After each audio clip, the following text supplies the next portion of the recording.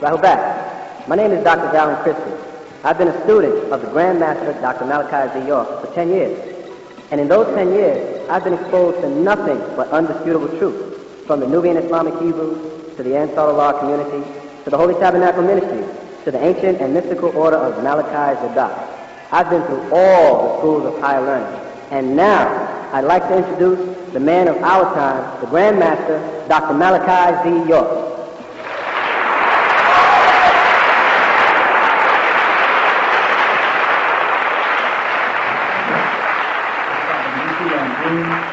Of 96, Farrakhan has speech. He's thinking about how the Quran and the Bible wasn't the last book. Yeah, we had that. That's right. That's the book. That tape we sent out right before the Holy Tablet. Yeah, so he couldn't get out. He did it again to himself, and not negatively. I mean, I'm hoping that he's beginning to see how the ancient ones are working with us. Because in the postgraduate and the Sheikh Dawood versus Fard, we put a picture of him in the decorative hat with the upright crescent and the six-pointed star, right, on it to show that he wore it. And unbeknown to him, he did a Savior's Day not on the 26th or February 26th, which is not the Prophet Muhammad's supposed birthday, but rather on the 23rd, before the book is out. And he appears with the six-pointed star crescent. Now, never in the history of the fruit of Islam have they ever wore green outfits. Never.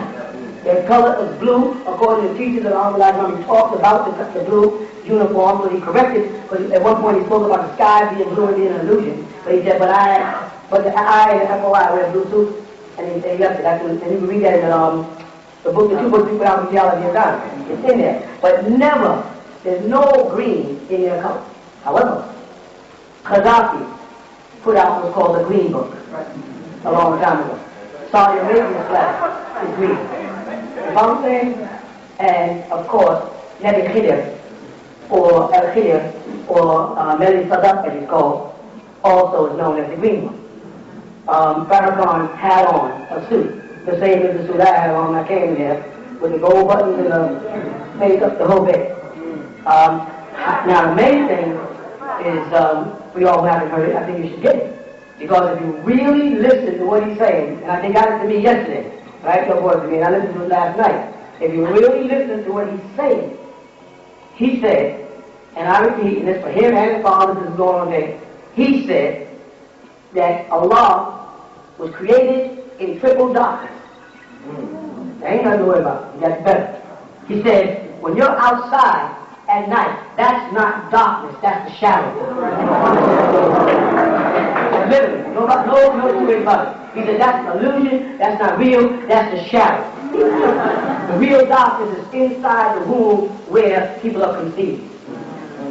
You follow that? He said on that tape, if you're looking for a devil, stop looking outside there. You black people go look in a mirror, and there you'll see the devil. That's not a direct statement of black devil. There it is. I ain't finished. You can get the tape from there. He also says on that tape, at that lecture, he says that it's Muslims and Islam, and he says they might not want to be called Mohammedism, but they are Mohammedism. You follow? And he says Muslims, Christians, and Jews, give up those names, because that's what divides and destroys us. He said religion is destroying us. He said the real religion of God is obedience. That's our doctrine. And that all of y'all are God. And then he proceeded to say, is it not written in the law? I said,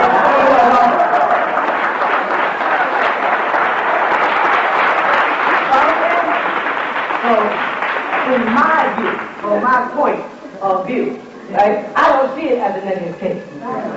I'm quite impressed by it. And everything he talked about on that tape, up until when he gets to his wanting you to worship some kind of God, and I'll touch on that too. I'm fine with everything else. He got my back in 360 on it. As far as Reverend Chavez, or what's his name? Coming over, it was after money embezzlement and after female harassment charges in the Christian church. So it's not an impressive move. If someone came over to me carrying that with them, I wouldn't put them on the podium that way before I investigate the realities of it. So Thomas becoming, joining the Nation of Islam doesn't make them look good. If you would have did that with a clean track record, a fire and brimstone preacher, then it would have something, to applaud about. But he just came out of an unsettled case of female harassment as a minister and money laundering, I think $330,000. If that was me, that'd be all over the place. Right. You know what I'm trying to say? So that don't impress me the least. You know what I'm saying? Mainly about the lecture is don't buy the hype. That was all hype. All the screaming and the yelling was hype. Because when you shave away all the hype and all that synthetic support, you get right back down to he said nothing that I didn't say before him. That I didn't say, Malcolm didn't say, the father, Noble Dwali didn't say, he had nothing new to say. And that's the test of the time. We're in a new day and time, so in a new day and time, have something new to say. You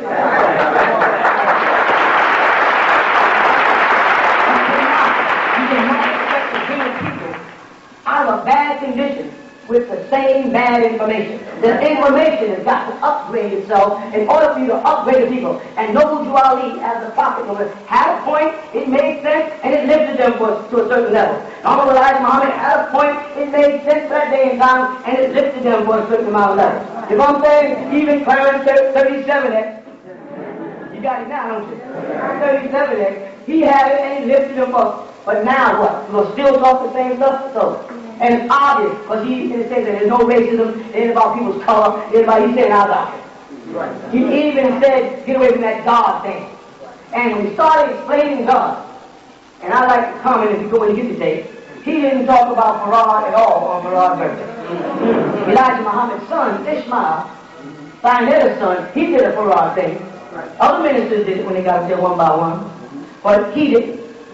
He did not give Farad no props.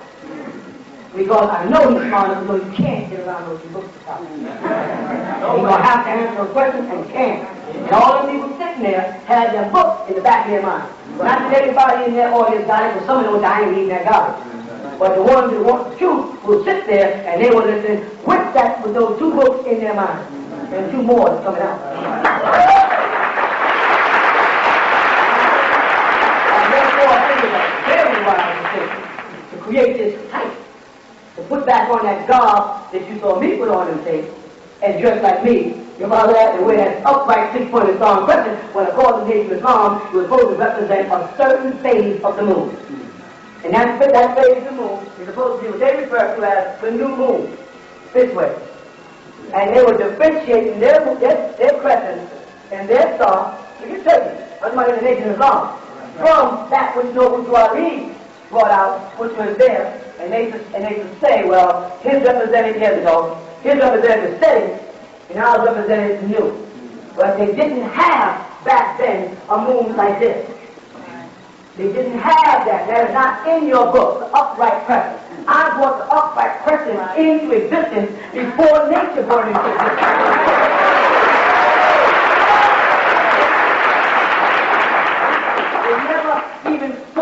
An upright crescent until after 1970. There's no book, not in your school book, nowhere have they ever saw that. Now, every month there's room for the new upright crescent. Because this is now. And now is then. You understand why now is talking about now is then? Now is then. But when you say then, it could be then behind you, then and forward, or then at the moment. And that's the stuff that's past, and this is the stuff that we have passed here. Right.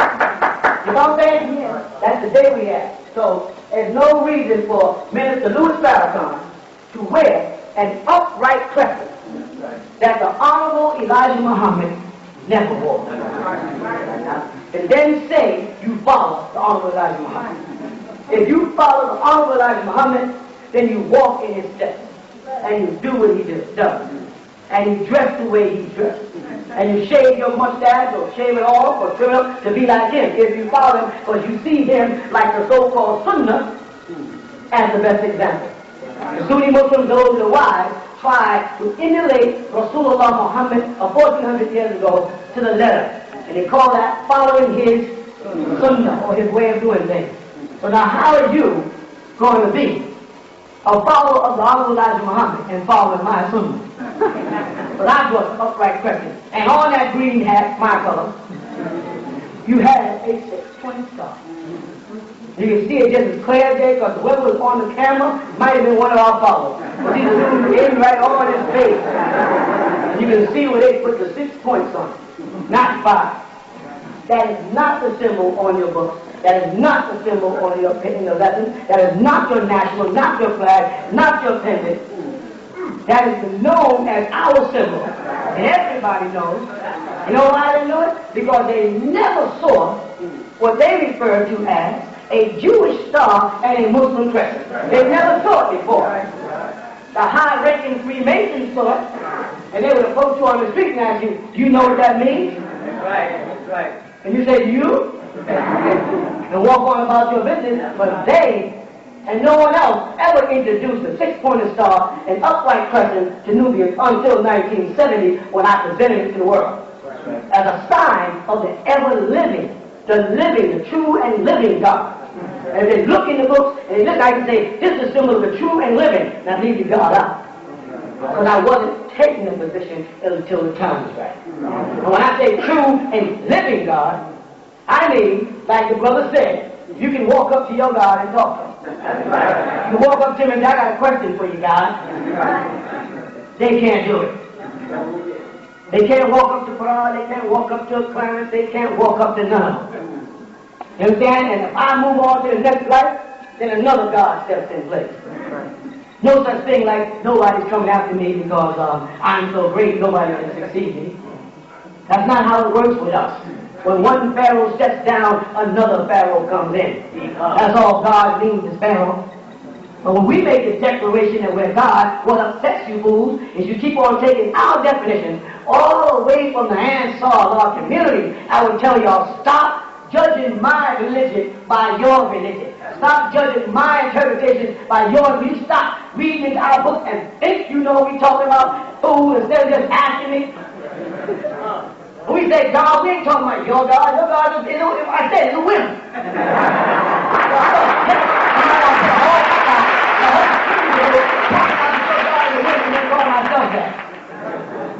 I'm talking about when you look back at Sumer, when you see those deities on the wall, they were God.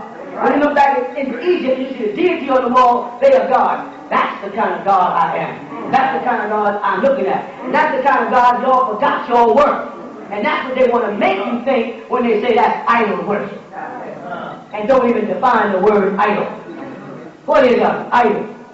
The word they use in Arabic is mithla, like. They don't even have a word for it. Mithla is the root of the word for idol. What is it?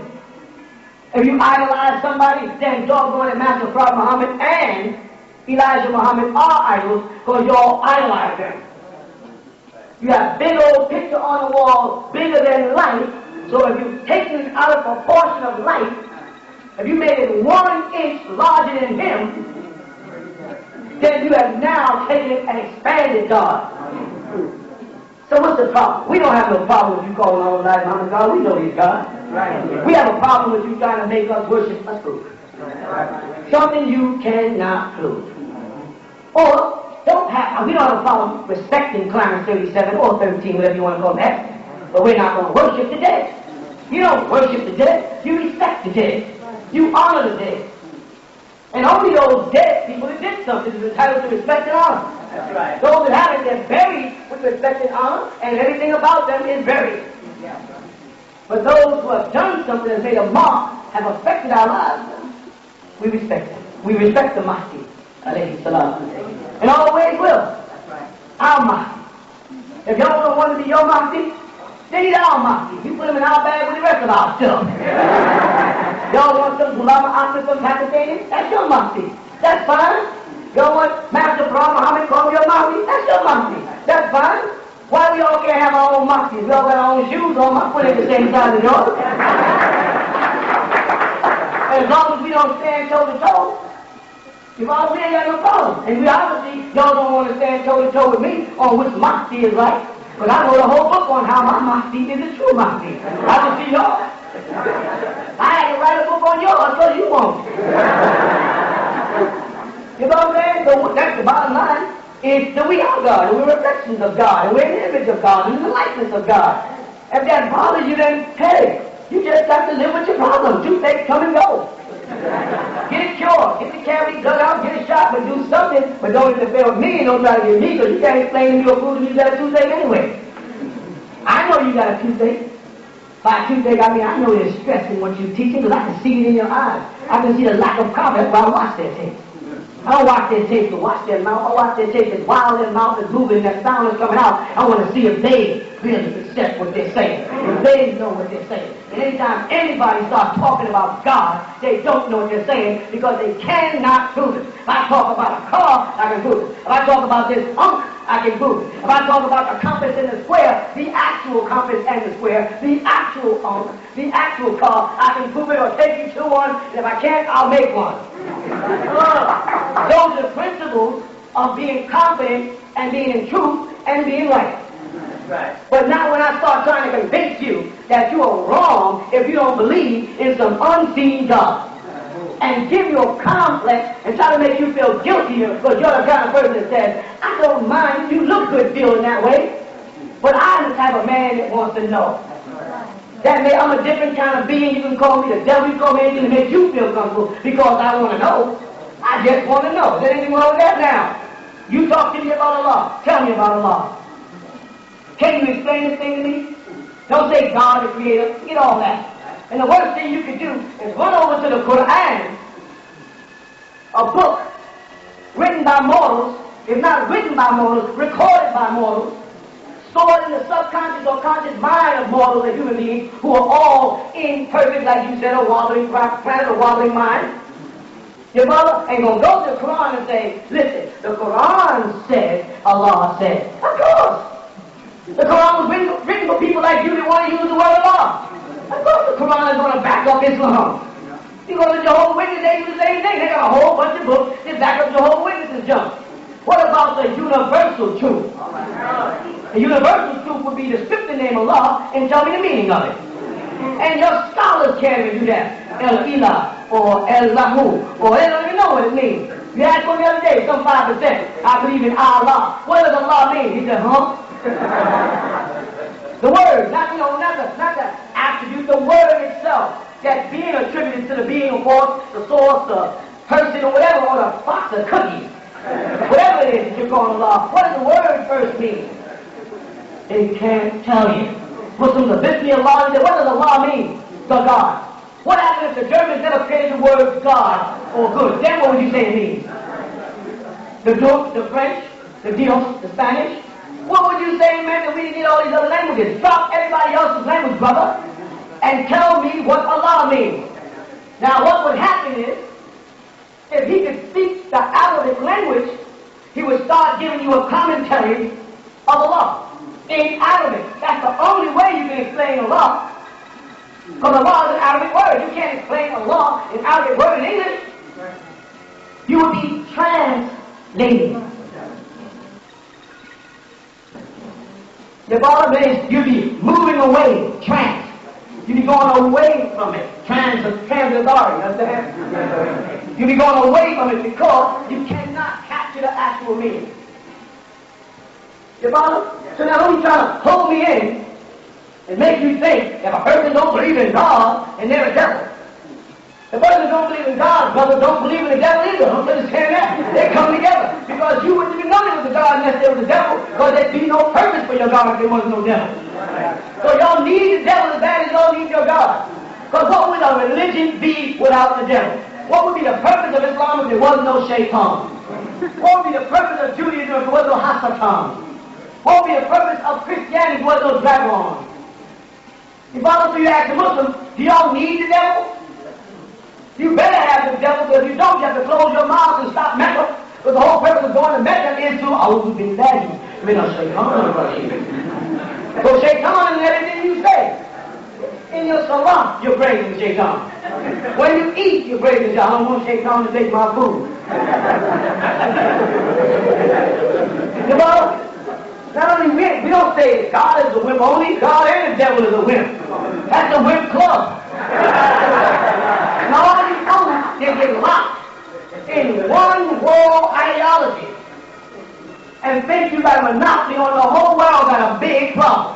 Meaning, Islam, Judaism, and Christianity is nothing but one ideology on the planet.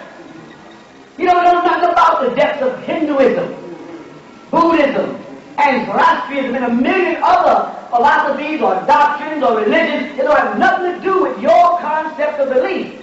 You only sound powerful because you're in a country that was owned and ruled and lived on by a group of people called Washata or Tulips from the ancient Olmec,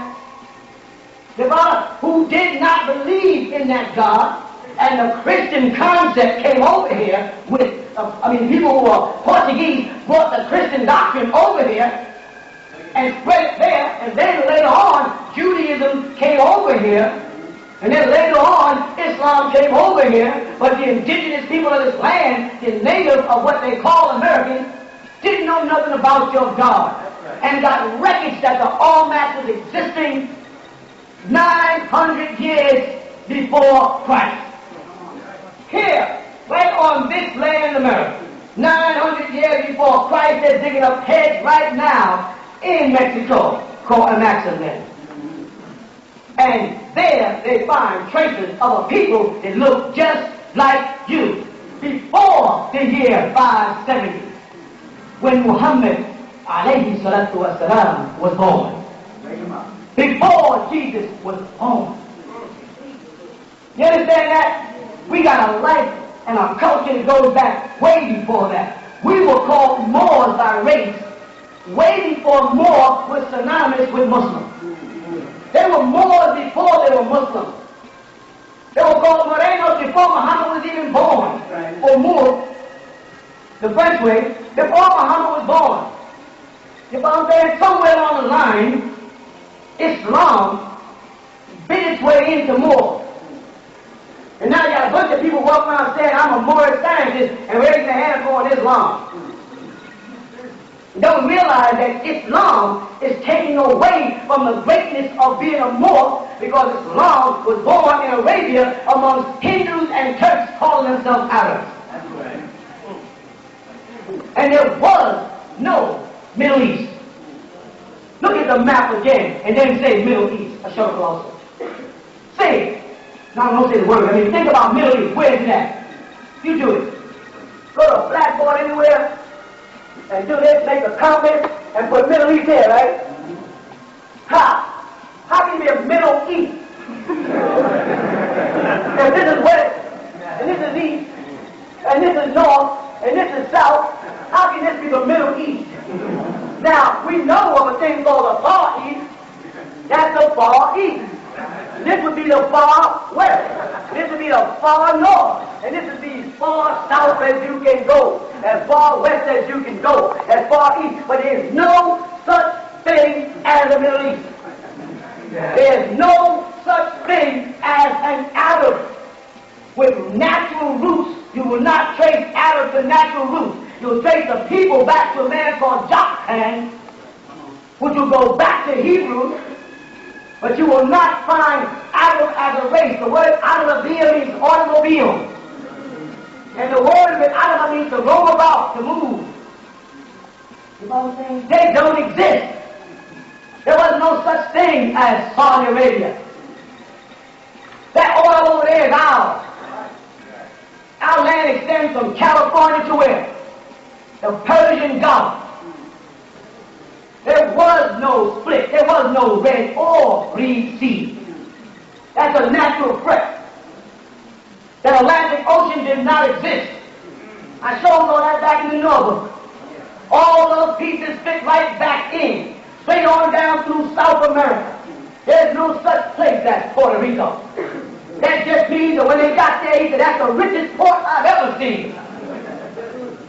So how now are you going to say that Puerto Ricans are poor people, and Puerto Ricans are minorities, and Puerto Ricans don't have nothing? And when you say Puerto Ricans, you're saying they're rich.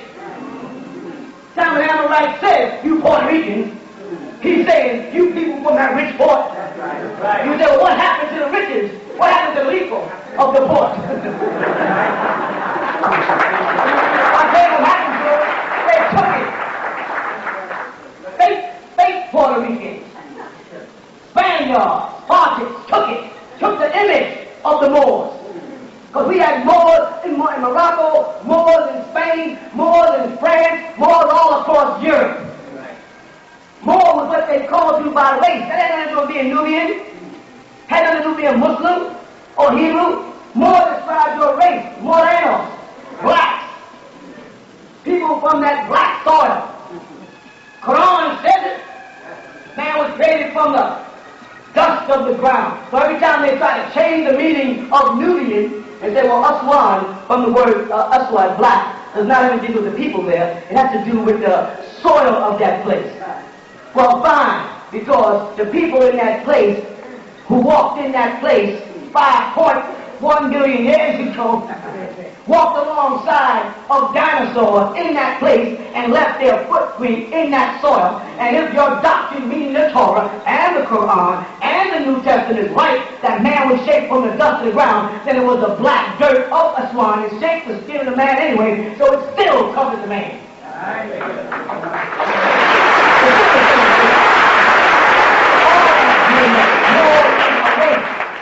You are Moors. The Moorish Science Temple is relating to it from an Islamic standpoint of view, from a Moroccan standpoint of view. Bringing out a Moroccan flag, not a Moorish flag. You with me? The Moroccan flag is red with a green star of Solomon, the sacred seal of Solomon. Came into Morocco by way of France. That's where the word Moor, M-O-O-R, comes from. That's the French way, Moor. You don't know what they were called in their language. Because if I walk up to you and you're from the Moorish Science Temple of America, whatever nicknames you done added on and changed into, which is your prerogative, and ask you to speak the language you spoke when you was a Almac, or speak the language you spoke when you was a Washita, or speak the language you spoke as a tulip, you can. And Arabic is not that old. Arabic goes back again into biblical languages. Arabic again goes back into Genesis 10. And we know that that is 2 verses away, or 2 chapters away from the Imai Elish. Genesis 1, 2, 3, 4, 5, 6, and 7 give you the Imai Elish, and then what they call the most eloquent writing, the Gilgamesh Epics, which covers the Noah's flood, which is from the fish tomb. And then you got over 7, 8, 9, 10, and then you start talking about Hebrew, Arabic, Aramic, Akkadian, and then you got to get into 11, you start talking about Chaldean, and now once we mention Arabic, but Arabic is a dialect of Ashuric. You know, so you ought to get that back too. But that's a Jewish star on there. The 6-pointed star ain't no Jewish star. Someone lied to you, and you lied to yourself, because you told me that David was a Muslim. You said Dawood in the Quran was a... So now Dawood is a Muslim when you saw a brother from Ansarullah with a 6-pointed star and crescent on his hat. And that star is known as what? Morgan? The Star of David. And why would you tell an Ansar, why are you wearing a Jewish star? That was a confession that David was not a Muslim. Plus, nowhere in the books of the Old Testament does David ever refer to himself as a Muslim. Now you say, well, Abraham named you Muslim. That's Quranic again. That came up between the years 610 and 631, because Muhammad died in 632.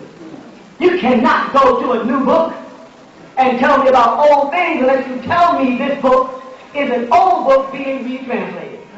But you're not saying that about the Quran. You're saying it's a final revelation, something revealed for the first time, when 99% of it is obviously not the first time here. Everything from prayer, walking, talking, eating, and sacrificing, and circumcision, and everything else was taken out the Torah. But because you claim that it wasn't, and that this is a revelation to Muhammad from cover to cover, and you put yourself in a bad way. Because you got to then show me, not in the Quran, show me in the Tanakh, in the Torah where Abraham calls himself a Muslim. Show me in the Torah where Moses calls himself a Muslim. And if you say, well, shalom is the same as salam, then why did y'all create salam if shalom already existed? Shalom Aleichem was good enough. And let me talk about that one second. But they didn't even know this. I'm tired of hearing it. What does assalamu alaikum mean? What does it mean? No, it doesn't. The word alay means what? On. Alaykum means on you all. Alay is not through you. It's not in you. It's on you the way that tarbush or that tawiyah or that imma is on your head. Listen close. It was simple, but it was tricky. Some demon got it and did it again.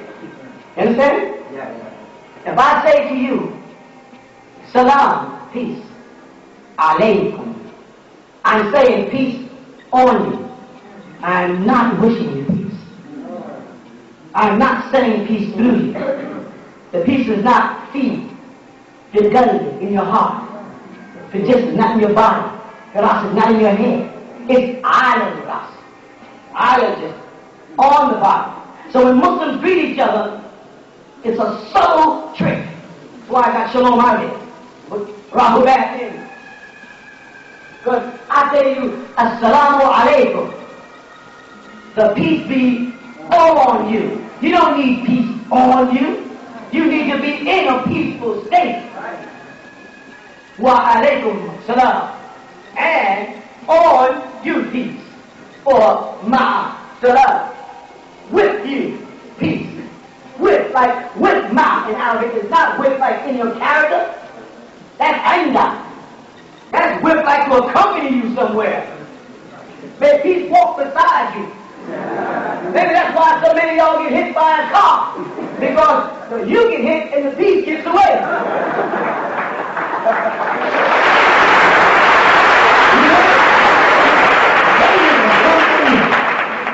From the renewal.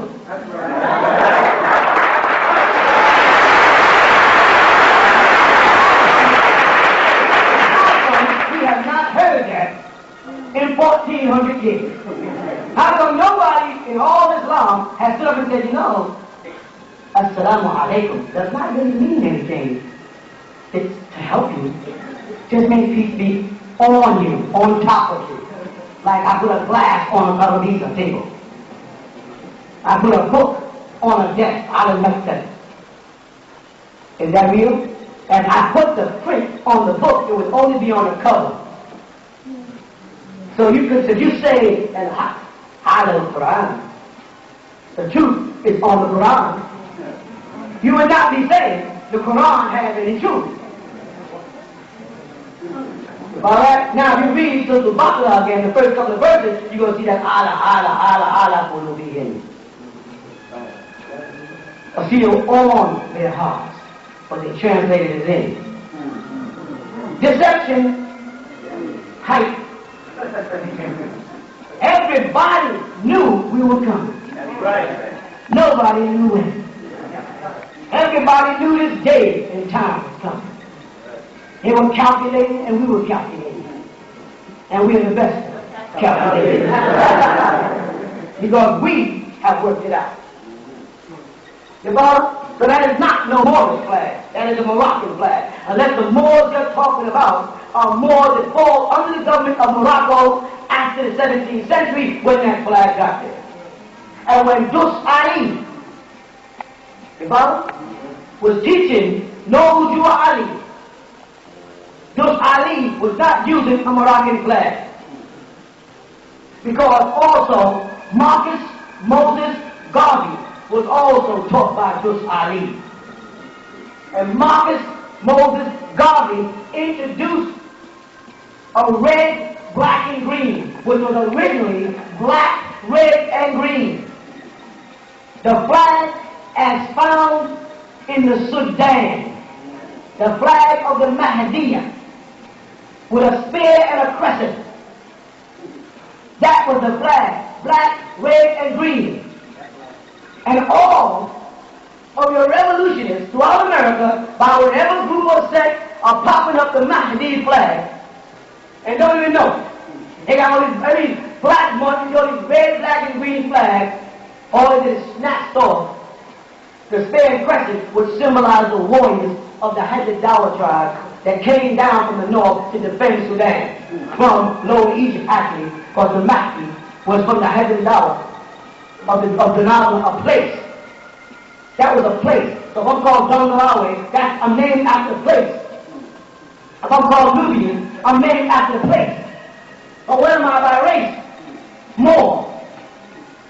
What is my nationality? More. If you're going to be anything, you're going to be an Afro-American, be a Moorish American. They got that part right, but they got to separate that doggone Islam from it. Because we go back before Islam. All the pharaohs were Moors. And if you go to Europe and you read in any of their books in Latin, you follow? And don't let them, we got to stop letting them call Moorish brothers Latinos who's not speaking Latin. We got to get away from that too. Got another one in Roman trick. Like Negra and Negro, which I showed y'all in the Bible. The Greeks were calling us Negroes. If all that, the Romans were calling us Morenos. Jesus was called Morenos. You know that in most Latino families, because the mind has been a mess with, the parents will tell them, don't be no lazy Moreno. That's right, and you're telling them. They ain't no different than your mother saying, don't go hang out with them low-life niggas. The same principle. But somewhere along the line, they made more synonymous with low-life. So we got to reinstate that. But we got to make it clear to the Moorish Science Temple, we are your brothers, but only as far as the truth.